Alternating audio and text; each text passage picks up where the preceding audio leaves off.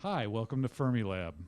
It's my pleasure to introduce Dr. Dan Bauer. He's one of the preeminent scientists working on dark matter in the world. He's going to lead us through a nice discussion on dark matter and why it matters. So, Dan, please. Okay, thanks for coming to the Ask a Scientist program here. As Ryder says, I'm going to try to tell you some of what I know about dark matter and why it matters to all of us. So I'll try to talk a little bit about what is dark matter, why do we believe it exists, where might it be, how can we look for dark matter particles, when might we find them, and what do we learn about the universe if we do find them. All right, so let's start with what is dark matter. The basic definition is it's some form of matter that doesn't emit, reflect, or absorb electromagnetic radiation, light and all different variations of light like radio waves, gamma rays. So just picture that. You have a source of light. You have this cloud of dark matter. You have an eyeball. What happens? The light just goes straight through. It doesn't bounce off. It doesn't interact in any way with the dark matter. Whereas normal matter, which is everything that makes us up and everything we know about, might appear dark to our eyes, but that's because it does something different. It absorbs or reflects light. So the light didn't reach your eye and it looks dark, but that's because that material interacted with light, whereas dark matter didn't interact at all with light. So it's maybe an unfortunate name. Maybe it would have been better named as invisible matter because it doesn't interact at all with light. Okay, so when I first started working in this field, my kids were much younger, and when I mentioned dark matter, they had a rather different interpretation of what it might be. This is what they thought of.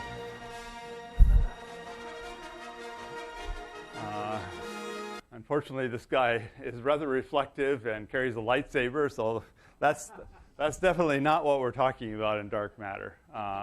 So what could it be when you think about dark matter? What would you think of first? Well, what you might think of is things like black stars, stars that are dead, or rogue planets that have lost their sun and are wandering around even outside of the galaxy, or dark nebulae. The problem is all of those, in some way or another, emit, absorb, or reflect light. So they don't qualify as the type of dark matter that we're talking about. There is a form of normal matter, neutrinos. We are now the neutrino lab. We make a lot of these. And people originally thought of these as possibly being the dark matter because they don't interact electromagnetically, just like we said that dark matter shouldn't. But they're, in fact, far too energetic and have way too little mass to make up the dark matter.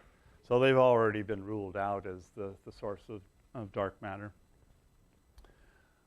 Perhaps there's a new kind of elementary particle. This is what we do at Fermilab. We produce elementary particles and study their properties. So maybe there's something that we haven't been able to make yet that has mass and therefore produces gravity and may interact with normal matter, but only very weakly so that we wouldn't have seen it yet. Maybe that's what dark matter is.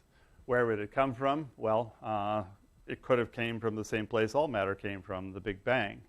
So the early universe starts off here with the Big Bang, and at that point, dark matter particles could have been produced and, in fact, could be around from all that time if they're stable. Normal matter was also produced then, so everything we know was produced, and everything you see in this timeline up to the present day is charting what happened to normal matter. What we don't know is what happened to the dark matter in that period of time. All right, so how does it differ from normal matter? Well, we know one way. It doesn't feel the electromagnetic force, but let's stop and ask ourselves, what is normal matter? And this is the way we particle physicists think about normal matter. There's a whole bunch of different elementary particles that make us up. Most of what makes us up is the electron and and light, photon, and the proton and neutron, which are made out of these quarks. We know all about their interactions. We use that all the time in work we do at Fermilab. There's also the four forces we know about: gravity, electromagnetism, and the weak and strong nuclear forces. So none of this accounts for dark matter. We understand all this, and it doesn't have the properties that dark matter has. So we don't know what's over here on this side, but there could be a standard model of dark matter. There could be a table very much like this on this side with many different dark matter particles and maybe even dark forces that allow these particles to talk to one another that we would be completely unaware of. What we're interested in and what we can measure possibly is how do the two different sectors interact. So we know one way, and I'll talk about this in a minute. They both feel the force of gravity. But there may be another way. There may be a very weak form of interaction that allows us to sense this dark sector over here and allow us to know that there's dark matter interacting with us. All right, so over the period of time this has been studied, and it's now close to 20 years, I guess, our particle theorists have been very busy coming up with possible explanations for dark matter. This is a logarithmic scale on both scales. So this vertical scale tells us how frequently dark matter interacts with normal matter, from almost never to very often. Oh, I keep hitting the wrong button. Sorry about that. And the horizontal scale is the mass of the dark matter. So just to set a scale, it's neutrino mass, which is the lightest particle we know about, the proton mass, which is what makes up us, along with the neutron, and then a mass of a sand grain. So you see this covers an enormous possible range of how often dark matter would interact with us and what its mass would be. It's hard to study this big a range. This is the part that we've been able to study so far because it has moderate interactions with normal matter and masses that we're familiar with and know how to detect in the laboratory. One of the favored candidates for a long time has been generically labeled WIMP, weakly interacting massive particle. Physicists love to give strange names to particles, and this is no exception. So dark matter could be in the form of a WIMP. Okay, so I've outlined the properties of dark matter, but you're probably asking yourself, why do we even talk about this? Why do we believe dark matter exists at all? And that's because when we look out in the universe with telescopes and surface arrays and everything else, we see effects that we can't account for, and they're gravitational effects. So we've been looking in all sorts of different ways. We look at galaxies, we look at the cosmic microwave background, we look at the structure of the universe itself, and so on. And all of these are giving us a picture that there's roughly, this is what makes up the universe, that most of the matter energy of the universe is actually dark energy, which we won't talk about here. But there's about 5 times more dark matter than there is this little sliver of normal matter. So this is us. This is what we believe dark matter is, and this is dark energy. We're a very small part of what's out there in the universe in this picture. So most of the matter is dark matter. The only caveat here is that this relies on the belief that Einstein got it right with general relativity and that we completely understand gravity. If there's something subtle we don't understand about gravity, then this could be wrong. Okay, so let's look at a few of these in a little more detail so you can see some of the evidence. Some of the original evidence for dark matter came from studying how galaxies rotate or how galaxy clusters rotate. And you can measure the velocities of galaxies or stars in galaxies. And what you see is something like this. This is a typical rotation curve for a galaxy. And what you should see, if you're only detecting the the stars and gas is these sort of curves. So the speed as you go farther out from the center of the galaxy should drop off. What instead the data shows is it doesn't. It stays level all the way out to the farthest extent you can see. I'm going to stop pushing these buttons. So this tells you that there's some form of matter that's keeping the speeds up all the way out as far as you can see. And that's modeled here by this thing called halo. That's actually what a dark matter halo, a big sphere of dark matter, would do. So that tells you that there's something invisible there. Another way of understanding that there's dark matter is something called gravitational lensing. So Einstein said that gravity makes a well, essentially, that can even bend light. And so if you have a huge mass here, then light from a galaxy behind that mass gets bent around, and it can form rings or arcs when we look at it from this point of view. And in fact, that's what you see. This is a very pretty example of that, where you see this was actually a big cluster of galaxies, and you see these blue arcs. Those are background galaxies where the light is being bent around and appearing to us as this arc. It's not quite a ring, but it's close. The problem is that when you look at the distances and the masses involved, there isn't enough matter here to do this. And in fact, when you calculate how much matter there should be, you get a picture like this. So the blue is the amount of matter it would take and the way it's distributed in order to produce these arcs. And you can see that blue, while in some cases it overlaps with the bright shiny things, in many cases there's nothing there. And so this is another reason why we believe there's a lot more mass there than is producing light. Okay, so here's one more type of evidence. So what this is a simulation of two clusters of galaxies colliding, where dark matter is depicted in blue. It's not actually shining blue. We're just using that as a coloring for it. And normal matter is in pink.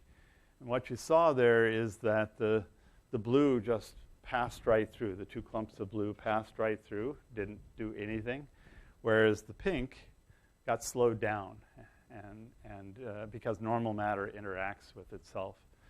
And in fact, we see something exactly like that. This is not a simulation anymore. This is an example of, it's called the bullet cluster. It's an example of two clusters that have passed through one another. The pink is a coloring, but it shows the X-ray emission from the gas that has interacted, whereas the blue is a coloring of the gravitational lensing, like I showed you before, how much mass there is in order to have produced the light behind it. So again, there appears to be dark matter everywhere we look in the universe. Okay, and finally, people have developed supercomputer simulations where you just put in dark matter and gravity. So there's no normal matter in what I'm going to show you here. It's just dark matter and gravity. And you start from the beginning of the universe. The time index is shown up here. That's billions of years. And this scale is about the scale that's 10 times larger than our galaxy. And so what you see evolving here as time goes on is a big web where dark matter is clumping together on all different scales and forming what looks like a giant spider web with knots at many places.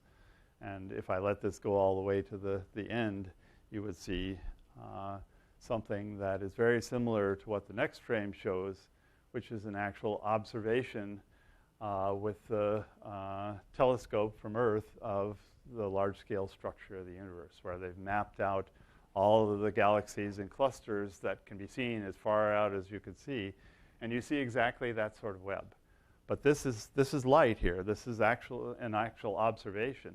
So what that tells us is that what we're seeing in the universe producing light has a structure very much like what you would see if you had just dark matter and evolved the universe.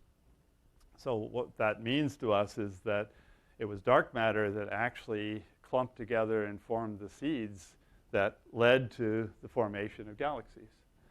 So in that sense, it's dark matter that's responsible for us being here at all, because it enabled the galaxies to form. Okay, so if you take that and apply it locally, you know, this is the Milky Way galaxy as we know it. This is what we see when we look with telescopes. But if you want to put it in context to what it actually is, it's embedded in this huge cloud of dark matter. Again, because the rotation curve shows you there's a lot of mass, and because we believe that that dark matter actually was the seed that drew the normal matter in that formed the galaxy. Okay, so I've talked a lot about the evidence for dark matter. Let me tell you a bit about how we might go about finding such particles. This is an example of what physicists call a Feynman diagram. You may have seen this sort of thing before. It really is fairly simple. It's just a diagrammatic way of showing you how particles interact. So here the dark matter is depicted by this Greek symbol chi, and normal matter by these quarks. And there's something that leads to an interaction between them. You can look at this diagram in many different ways. So if you look down on this diagram, you're looking at, I hate this thing. You're looking at dark matter colliding with another dark matter particle and producing normal matter. So you could look for that by looking out in space. You know, I said that the Milky Way is embedded in this huge dark matter halo, so there are dark matter particles out there. They should find each other and collide and produce normal matter. So you could look where you expect to see a lot of dark matter and see these normal matter particles. That's called indirect detection, because you're not directly detecting the dark matter particle in that case. If you look sideways at this diagram, then you're talking about a dark matter particle scattering off a quark or a nucleus, and the dark matter particle goes on, and you see energy given to the nucleus or electron. That's called direct detection, because the dark matter has directly interacted in your detector. And then finally, if you look from the bottom up, you could collide normal matter particles and produce dark matter particles. So you could use Fermilab or now CERN to collide together quarks, well, really protons, and together and form dark matter. So I'm going to talk about each of these a little bit more. Let me start with direct detection in the laboratory. So this is a view of a crystal. The little black things are nuclei, and the rods in between are supposed to represent the electrons that bind them together. So in comes a dark matter particle, ironically enough in white. I don't know why they colored it that way.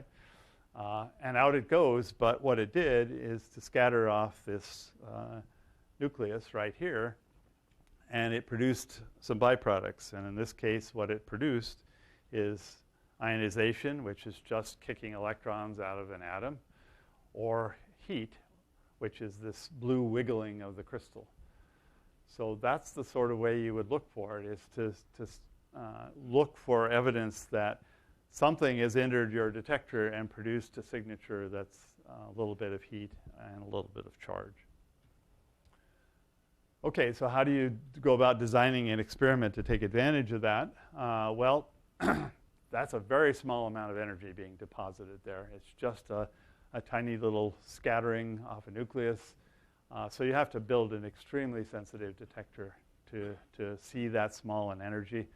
It's roughly 1 billion times lower than the energy that the accelerators generate around here. So we call it high energy physics, but this is actually low energy physics here. Secondly, there's a lot of normal matter particles that are bouncing in that crystal all the time too. And they far outnumber any dark matter interaction. So you're going to have to find a way to recognize them and suppress them.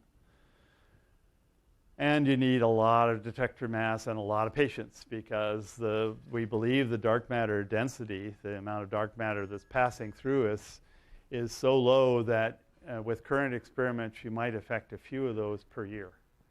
So it's a long wait to look for your dark matter particle interacting. Okay, so let me tell you about an example. It's not a random example. It's an experiment I work on, which is why I'm telling you about this one. It's called Super CDMS. It stands for Cryogenic Dark Matter Search. We've been through several phases of this, so I won't go into all the details of this sort of apparatus, but there are germanium and silicon detectors that are cooled to very low temperature inside this huge, massive cryostat, so that they're sensitive to very small energies. And I'll talk in a minute about how that works. And then you have to surround that with a bunch of shielding of various types to get rid of those background particles that are all around us. And I'll talk more about that too. And then you have to cool it down with a special refrigerator. And you have to go deep underground, because there's a lot of particles coming from space in the form of cosmic rays that also can be a background. Let's talk about each of those individually. So here's my thermometer going from room temperature down to absolute zero. Your typical home refrigerator it works with a fluid that can be expanded and condensed, so you can take heat away from the inside and expel it to the outside. And it works very well, but it only gets you down to about here. Freezer will get you a bit lower, and coldest winter you can imagine is still way up here. A dilution refrigerator, which is how we do these experiments, works in a very similar way, but with a very special set of helium isotopes that's the working fluid. But you're, again, just expanding a gas out of a fluid and condensing it back in. But here you're now able to reach almost down to absolute zero. And that's crucial to make these sort of detectors work. Okay, so why is that? Why is that so important? Let me step over here and ask for a couple of volunteers if anybody would like to come up. Okay, so you get to do that one. Come on up.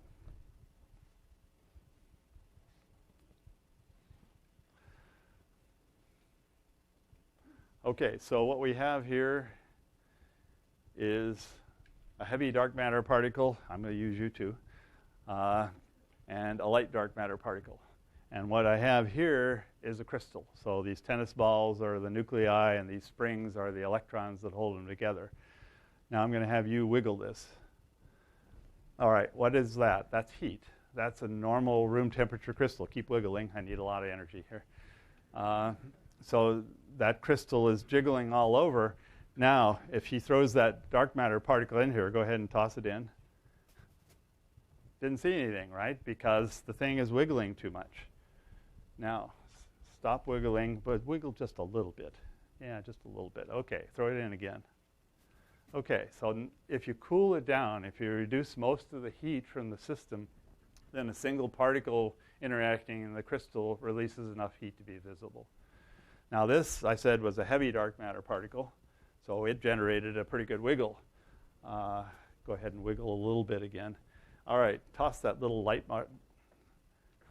Didn't see a thing, right? Because it's still wiggling too much. It's still too warm. So to be sensitive to really light dark matter particles, we have to cool this thing down so it doesn't do anything. Now you're going to have to give it a really good toss. All right, so you see a little bit of wiggle here. That's the principle we're working on. Thank you all for your help. I appreciate it.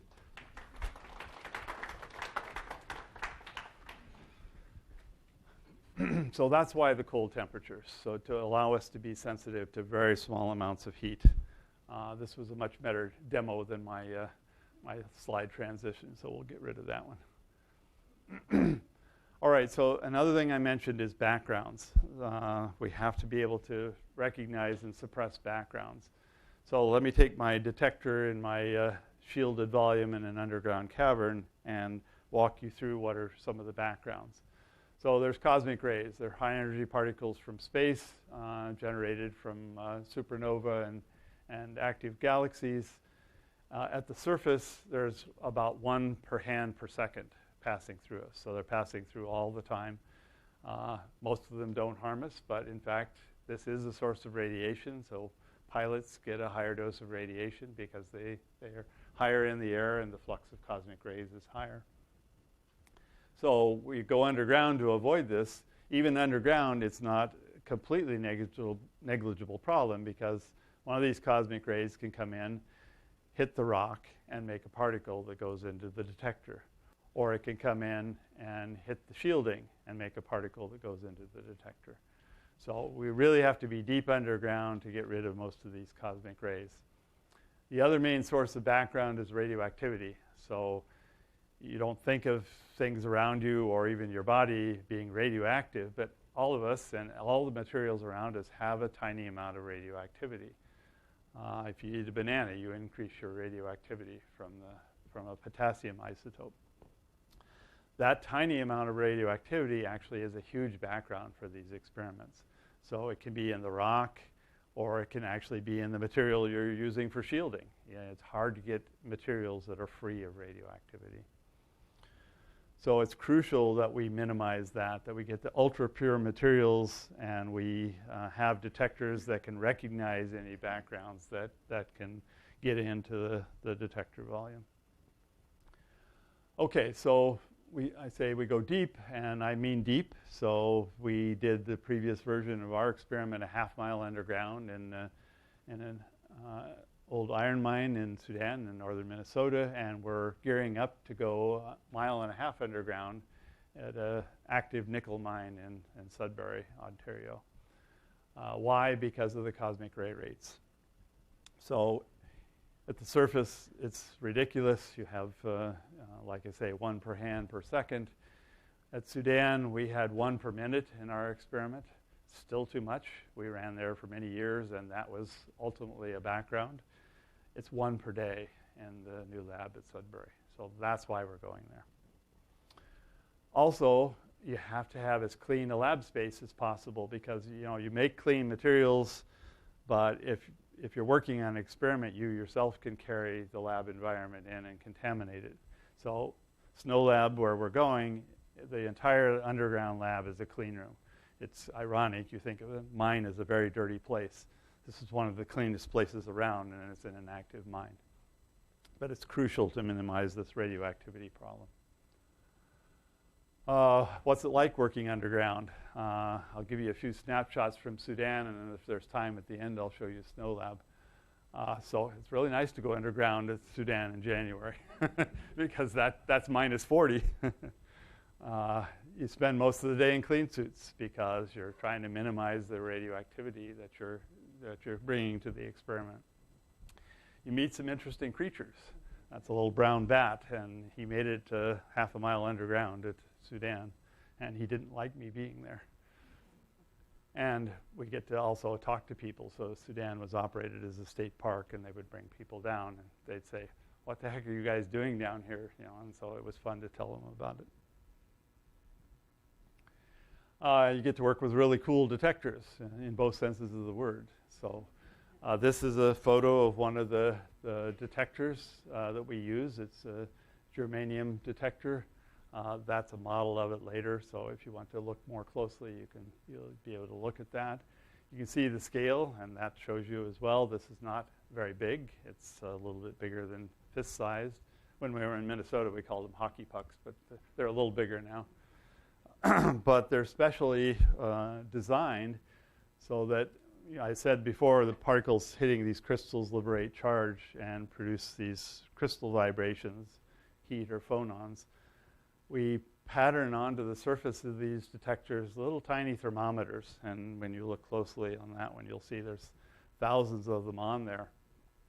And they're at a very cold temperature, and they're right at the point where they could go superconducting or normal. So they can either lose resistance totally, or they can go normal and have their normal resistance. If you hold them right there and push the right button, a little bit of heat in the crystal will drive that normal. And so you'll be able to see that tiny little signal. It's a very clever technology that was developed for this and is being used for many other things other than dark matter searches now. And if you look at the ratio of ionization or charge to phonons, as well as the position of the event in that crystal, remember I said there's lots of sensors there, so you can get some indication of where it happened in the crystal, then you can use that to tell you where or what type of interaction it was. So you can see a typical view of one of our data sets where these are events where something hit the nucleus and rattled it. These are events where something hit the electron and rattled it. And these are events on the surface of the detector. The power of the technology is to be able to separate that. And that's crucial because almost all the backgrounds come from the surface. They come from the environment outside of the detector. These germanium and silicon crystals are ultra pure because the semiconductor industry needs to have them that way. Okay, so what does the raw data look like? It wouldn't look like much to you. It takes some time to absorb this, but let me point out that here was a particle hitting a detector, and so you can see that these things which are sort of flatlined and jumping around a little bit, here's a signal. And it's seen in several different sensors on the detector. This was the heat or phonons. This was the charge showing that signal. There's some other interesting things here too, but they're not interesting for dark matter. This is a detector that's very sensitive to noise in the environment, in this case, vibration. And so this thing sits and wiggles around all the time, and it's pretty useless for dark matter. So you have to have crystals that are very low noise, very low vibrational noise in order to make this work as well.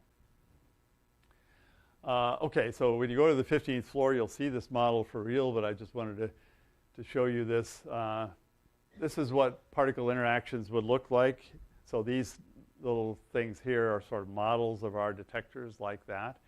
And we've just taken our data, this is real data, and we've converted it from the very high frequencies that you saw in the previous thing to light and sound frequencies that you can see. So in this case, what we've done is put a radioactive source near the detector, and you see the detectors are going off like crazy because there's just a huge flux of particles. And they're going off, and it's hard to see it here. You'll see it better on the 15th floor, but they're going off in different patterns around the detectors. If you take cosmic rays, which are muons, you see that they come straight through and interact in a line in the detector. So you see a flash going through all of them. That's a signature you can recognize and discard. You know it's not dark matter. What we normally would be doing is sitting there, and occasionally something happens, and it's almost always a background particle. But this is what we would see if we had a dark matter particle. We would see just a little flash and a sound, a very high frequency sound. But okay, so how do we analyze that data? So I showed you those signal traces. What we do is we understand what it ought to look like because we understand our detectors well enough. So we fit a shape to this and say what is the amount of phonon or charge under that, and that's a measure of the energy deposited. And by looking at the different sensors, we can tell something about the position of the event. But in order to calibrate that, in order to really be sure what the energies are, you have to put in something that you know the energy of. And so we have radioactive sources where we know the energy of the particle coming in, and then we can say, all right, let me see what my fit would have said about that, and that, you know, I'll pin the energy to that energy. Okay, there's a problem when you're looking for very rare events that if you're trying to analyze the data and you know where the event should be, you're tempted to keep events in that region because you know that's where they ought to be, and you'd really like to find dark matter. So that's a bias, and it can unconsciously affect anybody, even scientists that are trained to not be affected. So in order to avoid that, we insert fake events. So somebody in the collaboration is designated as the person who throws in the fake events, and only he or she knows where they're at. But they put in enough of them so that it would blind you to the presence of a small amount of signal, and therefore you can't just tune on the signal events. So then the game afoot is to use all the information you have to reject events from background sources. Finally, at the end, once you're done, you remove the fake events, and it's called opening the box, and you see what's left. And you see whether there's any excess that might be dark matter. So let's just look at a recent result to show how that works. These colored bands are a model of the background sources that we know about in the experiment. So we know how they're distributed in energy and position. We make a model and we add up all those sources, and then we compare to these black points, which is the data, and say, wow, looks like the background is pretty good representation of the data, whereas this pink band or lavender band is what a dark matter signal should have looked like. So from that, you can see already that we're not seeing dark matter, we're seeing just the background, because the data didn't follow what we would expect a dark matter signal to be. Another way of looking at it is, is this way, where I've added those fake events in, and you see why that's important.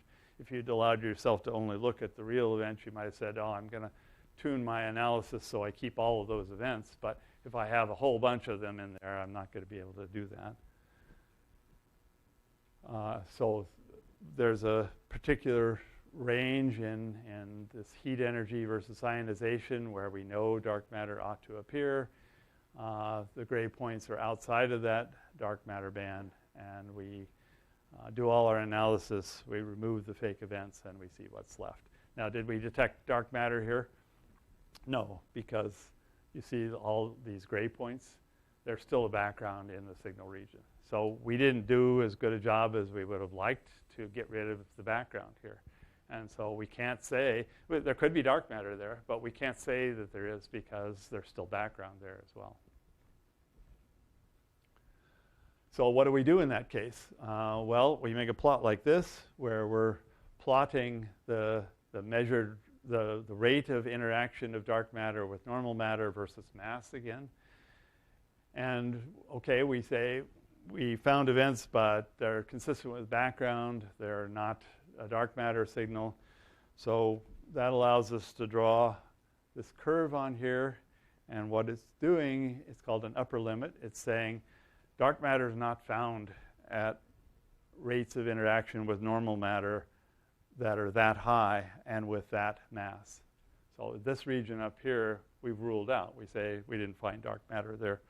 But dark matter could still be here, and we wouldn't have noticed it because we had too big a background. That, in fact, is what's happened with all of the current dark matter experiments so far, is they've set upper limits. We haven't found it yet. It takes a lot of people to do these experiments, so it's not just me. It's roughly 100 people in Super CDMS, and all of the collaborations have between 30 and 150 people doing this sort of work. And you see, we're all over the world, all over the US and in Canada and some other parts of the world as well.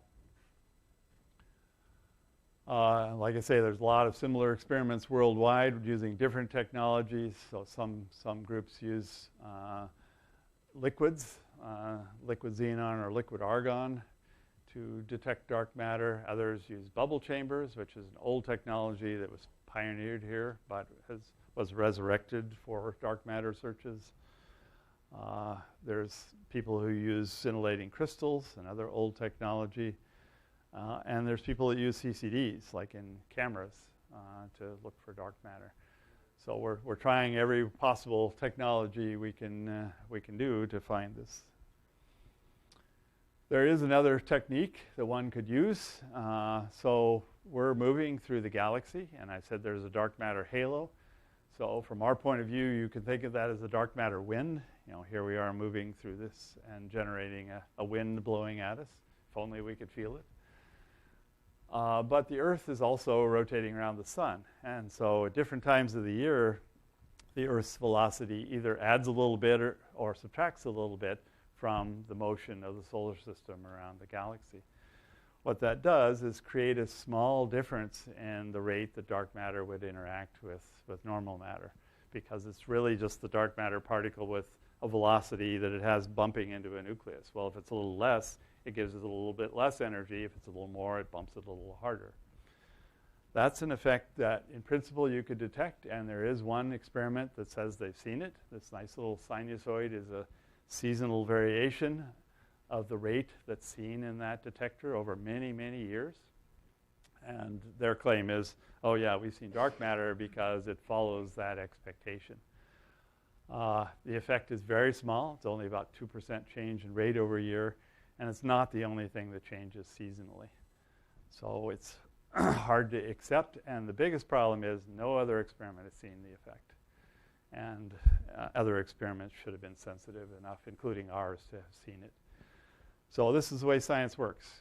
We don't believe it's dark matter because only one experiment has seen it. There are other possible explanations, and you really have to verify it in order to believe that something as astounding as dark matter has been seen. You could take that concept a little further. So there's another rotation you could think about, which is the daily rotation of the Earth. So if you have a detector sitting on the Earth's surface and you have this galactic wind from dark matter, then as it hits the detector at different times of the day, it could cause the recoils from dark matter hitting it to go in different directions. So if you could sense that direction difference, you'd be in good shape, you'd think. The problem is you have to see several dark matter particles per day in order to make that work. And we haven't seen one in looking for 20 years. So this may be a technique that would be used if we start to see dark matter particles, but you have to envision something the size of Wilson Hall to get that sort of rate. Detectors that big are being built. In fact, you'll hear a bit more about the neutrino detectors that the Fermilab is building in South Dakota. So it's not impossible, but it would be a challenge. Let's talk briefly about the other ways of detecting dark matter. So I talked about indirect detection at the beginning. The idea here is that dark matter particles may be sitting there in the center of the galaxy, finding each other, colliding, annihilating, and producing normal matter particles, some of which get to us. The problem is other things are sitting in the center of the galaxy, like pulsars, that can also produce such particles and come to us. So the challenge is to try to say, am I seeing more such things than I should have? There's lots of different ways of looking for this. There's a detector in space sitting on the International Space Station that's trying to detect antimatter. There's a satellite trying to detect gamma rays. You're looking for interactions that produce photons or electrons. You can put telescopes or detectors on the Earth's surface and look for protons or gamma rays that make showers, and you can see the showers. Or you can bury detectors in ice or water, like at the South Pole ice, for example, or the Mediterranean. There are detectors in both places. There you're looking for neutrinos. But in all cases, you're looking for particles where there's an excess of them coming from some place where you believe there's a big concentration of dark matter, and you don't believe that there's a lot of other things that could produce those particles. That's the game afoot, is model all the sources you can think of and see if there's excess events. It's as good as your modeling. If you don't understand the distribution of pulsars, for example, then you're not going to know that you've detected dark matter. There's lots of different ones. I'm just going to flash these up because I don't want to completely run out of time, but there's many different collaborations looking from space, from the South Pole, from the desert in Africa to this International Space Station looking for this sort of thing. Finally, you can make dark matter on Earth. So you could collide. We used to collide protons and antiprotons here. And you could make dark matter and normal matter particles coming out of that. Or you could take a beam of protons and shoot it into a target And again, you could potentially make dark matter particles and normal matter particles. But how do you detect the dark matter particles if you do that?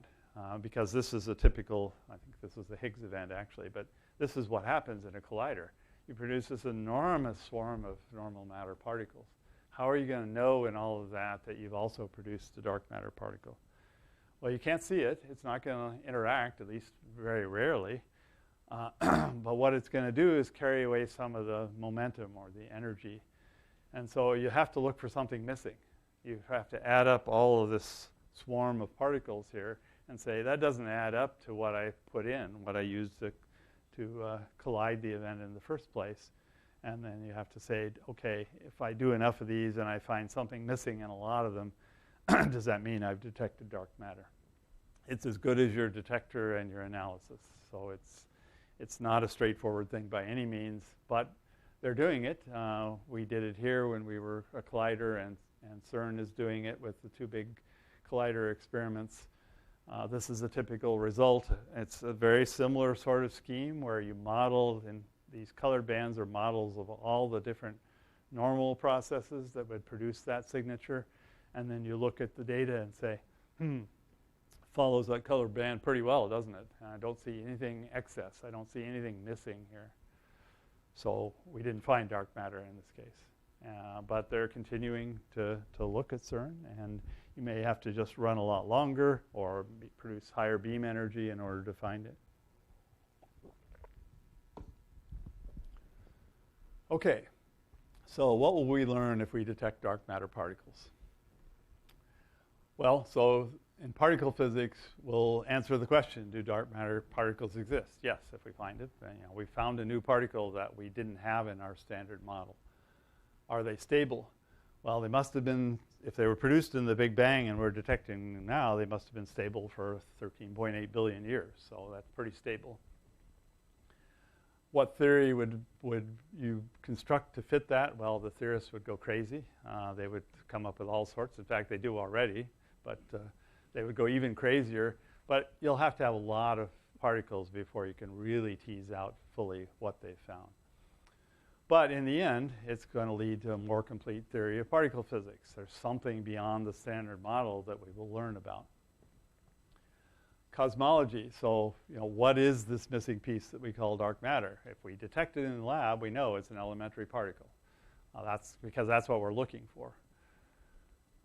What does it imply about the early universe? Well, we'll understand a lot better the interplay of dark matter and this other mysterious thing called dark energy. If we detect dark matter, we'll know more about what was there in the early universe. So that's really what we gain in cosmology. And finally, in astrophysics, we'll learn about the dark matter distribution in our galaxy, although that will take a lot of events to tease out. And we'll understand better how dark matter exactly played into galaxy formation. So we'll understand how we got here, basically. Okay, so in the end, why do we do these experiments? The physics I find is fascinating. I can't imagine a more fundamental question than trying to tease out what's most of the matter in the universe that we can't see by light. Really challenging detector technology. So in high energy physics, we live for this. We love to build complicated detectors and make them work. And it's certainly complicated detectors to do this physics.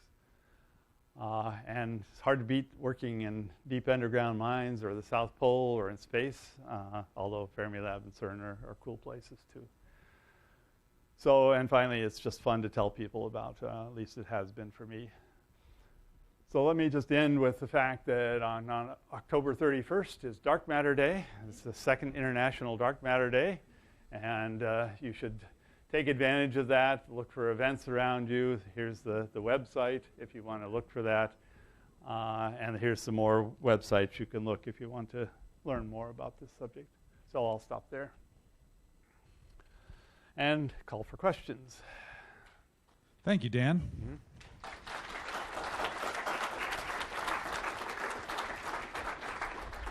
Do we have any questions? We have one right here.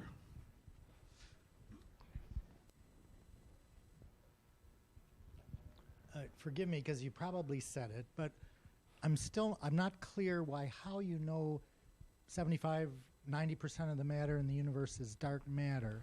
Is it because of the motion of the galaxies? No, it's a good question, and I didn't cover it because it's a bit of a long story. So you piece together all of those different pieces of information, the rotation curves, what you see in the cosmic microwave background, and then you add all those up and you make a model that says what amount of dark matter compared to normal matter would it take to explain all those as a whole. That's how we come up with the fact that 85% of the matter is dark matter.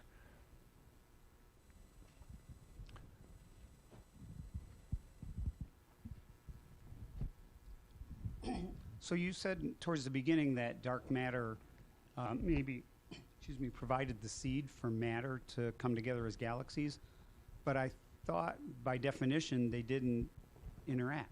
No, that's also an excellent question. So the way that worked is that dark matter does feel gravity, right? So there were tiny little fluctuations after the Big Bang that left small amounts of matter clumped, including dark matter.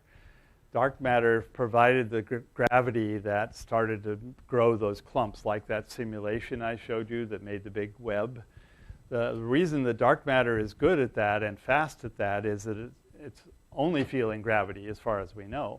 Normal matter, if you try to pull it together, will scatter and throw pieces of it off, and it isn't very good at cooling down and collapsing. Dark matter just feels gravity, so it collapses down, and once it collapses enough to make a gravity well, then it pulls in normal matter. That's the way we believe it worked. Yes? If gravitational effects are the only things we've observed in dark matter, how can we predict these particle interactions that you showed in the Feynman diagrams? That's another excellent question, and the honest answer is we can't. So it's been guided by the fact that all the particles we know have other types of interactions, and so we presuppose that dark matter may have them too. But in the end, we could be wrong. There could be no other interaction between dark matter and normal matter other than gravity. And so these experiments could, in fact, never find what we're looking for. That is a possibility. The reason we're optimistic is that there are theories of particle physics where the particles high-energy particles would constitute the dark matter, like you may have heard of supersymmetry. That's a theory of particle physics that says every normal matter particle has a partner. One of those partners, the partner of the photon, is a natural candidate for dark matter. It would have all the properties that we expect it to have, and it would interact with normal matter. So there are some theories that say, we're not completely wasting our time looking for this, but it's always a gamble in this sort of game. You don't know what you're looking for, and you're guided by theory, you're guided by past experience to try to make these experiments. Yes? One more time, the distinction between dark matter and dark energy? Yeah, I didn't really explain that. So dark matter is actually matter. It feels gravity. Dark energy, the only thing we know about it is it's some sort of repulsive force that's accelerating the universe faster than it should. So we don't think there's any connection between dark matter and dark energy, despite the names.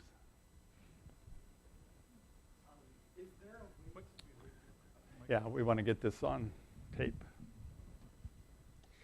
Is there a way to predict what type of particle would be created from a dark matter and a normal matter collision? No, the dark matter particle colliding with normal matter normally wouldn't produce any other particles because dark matter is not moving very fast, and so it doesn't really have enough energy to produce other particles. If you made a dark matter particle in a collider, it might have enough energy to make another particle. But the type of things that we're looking for, the dark matter is moving along at a relatively slow speed. First of all, thank you for sharing what you shared. Sure. All new to me. I'm not a physicist or a scientist in any way. He is. So my question is, based on the progress that you and all these other scientists all over the world are making, how far away do you think it is before we do identify dark matter? Yeah, that's an excellent question, and one we ask ourselves a lot. I'm not getting any younger. The theory I mentioned, supersymmetry, would have indicated we should already have seen dark matter. So in that sense, we were all disappointed not to have seen it in the previous generation of experiments, and they're equally disappointed at the LHC, where they expected to produce it already. That doesn't mean it's not there. It just may mean that that's not the theory that is reality. There is a region just below us right now, but where we're about to reach, where other theories say it ought to be there, and those theories are equally viable. So that gives us some belief that it's just around the corner. But we're optimists. You know, we like to think that we're going to find what we're looking for. One last question.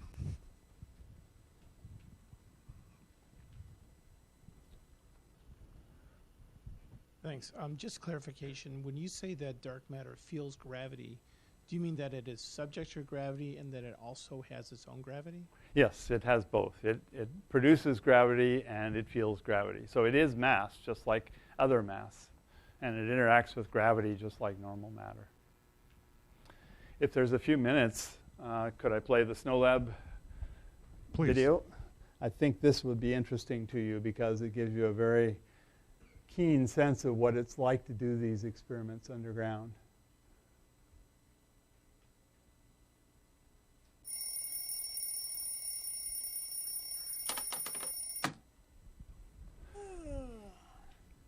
Your visit to SNOLAB starts in the early morning at Creighton Mine, near Sudbury, Ontario. The surface building hosts offices, laboratories, and support services. It's here where you begin to gear up. The process starts in the dry, a name given to the shower and change rooms. This is what you do It's every here day. where you change into your clothes for underground, normally shorts and a t-shirt, as the temperature underground can easily reach the mid-30s. That's Over 30 this outfit, Celsius. you must wear a That's set of 90 mining coveralls, Fahrenheit. waterproof safety boots, a hard hat, safety glasses, and a mining belt. All this gear is required to travel safely down into the mine. Everyone entering the mine must tag in so that there is a record on surface of who's underground at all times. The final piece of equipment you need before heading underground is a cap lamp. The battery pack attaches to the mining belt, and the light attaches to the front of the hard hat. You join other SNOLAB staff to wait for the cage, the large elevator that brings people and materials to and from the surface. This is an It's a active tight nickel squeeze mine, as you so descend you're going down with 6,800 miners. feet, over 2 kilometers, in just a few minutes. You experience 25 to 30% more air pressure at that depth, and the descent feels similar to flying in an airplane. And yet your ears do pop. It's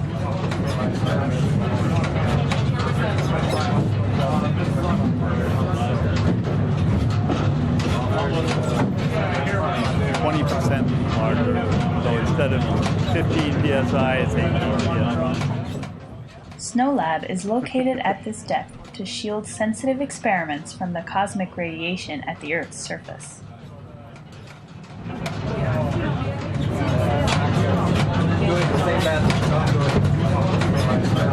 Usually you're riding down the elevator like this because there's so many people around.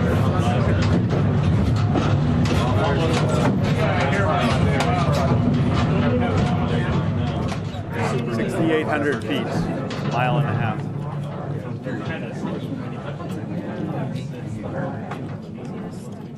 Once arriving at the 6,800 level, watch your step as you enter the drift. The drift is the main part of the mine. It's important to keep your cap lamp on and to watch your step during the 2-kilometer walk from the cage to SNOLAB. Mile walk at 90 degrees Fahrenheit with overall run. SNOLAB is a clean lab, meaning dust and dirt must be kept to a bare minimum. Mine dust, in particular, can interfere with experiments if it gets into the lab That's area. called the car wash. For these reasons, strict cleanliness protocols are in place. Everything that enters the lab must be thoroughly cleaned. That includes people. The first step is to wash the mud and dust off your boots before entering the lab doors. As you step into the lab, you notice a temperature change immediately. The conditions in the lab are well regulated to keep a constant temperature and humidity. At this point, everyone must remove their hard hats and belts and hang them on the hooks along the wall. Remove your boots and safety glasses and place them on the shelves. Remember where you've placed your boots. And everything else, too. The next step is to head to the underground dry. Upstairs for women, downstairs for men. There is a dirty side and a clean side to the dry, separated by showers. Anything that has been in the drift must remain on the dirty side. To ensure the lab stays as clean as possible, everyone showers to remove any remaining dust that may linger on skin or hair.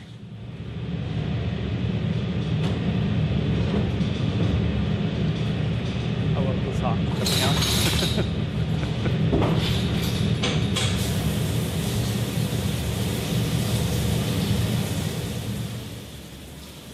You are provided with safety boots, a t-shirt, and cleanroom suit following your shower. These outfits remain underground and are washed in laundry facilities in the lab to eliminate the possibility of getting contaminated by mine dust in traveling to and from the surface. So you literally can't bring anything You also underground need to without wear it a being hairnet, safety glasses, and hard hat in the lab. As you leave the dry Have a and water enter the recovery lunchroom, everyone must tag in again to keep track of who is in the lab. The And the lunchroom sewage is the treatment heart plant, of too. Snow Lab and also functions as the lab's refuge station. In case of an emergency, staff and visitors would congregate here. Scientists, staff, and visitors will spend 8 hours underground, working on experiments, building the newest areas of the lab, and maintaining the facility.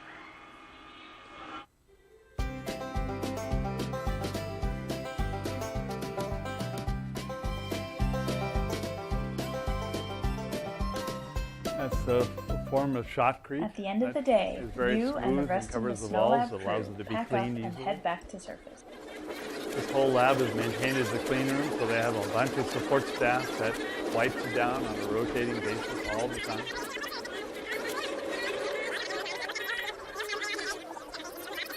You don't really come out that fast.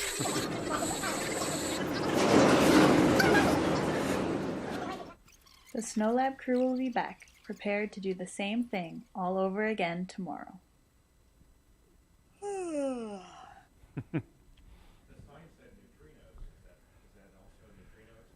The original experiment at Snow Lab is called the Sudbury Neutrino Observatory, and it was looking for solar neutrinos. Click. The more data you can use, the more you can Mad revolutionize. here. I forgot that YouTube just plays the next thing. Okay, so I hope you enjoyed that. Yes? Do not suffer the bends, but people have fainted in the hoist, and it's because of the air pressure difference, although it's not well understood why. But it's very rare. You just don't go down there like I am. You wouldn't go down there now because I have a congestion, and so I would probably not make it. I mean, you know, if you faint, and you're all right, but you have to be careful going to that depth. And it's physically very tiring because you see the overhead involved. It's not just going into a lab here. You know, you've got a kilometer and a half walk in a hot environment. You change everything. You know, then you get to work for 8 hours, and you get to come all out through that again. Long days. It's an 8-hour. It's an 8-hour working down there. If you're lucky. You're down there 10 hours, but if you're lucky, you can get 8. It's probably closer to 6 or 7. So tacked onto that is the preparation, the cleaning, and the shower. Correct. Yes. All right, let's thank Dan and Thank you.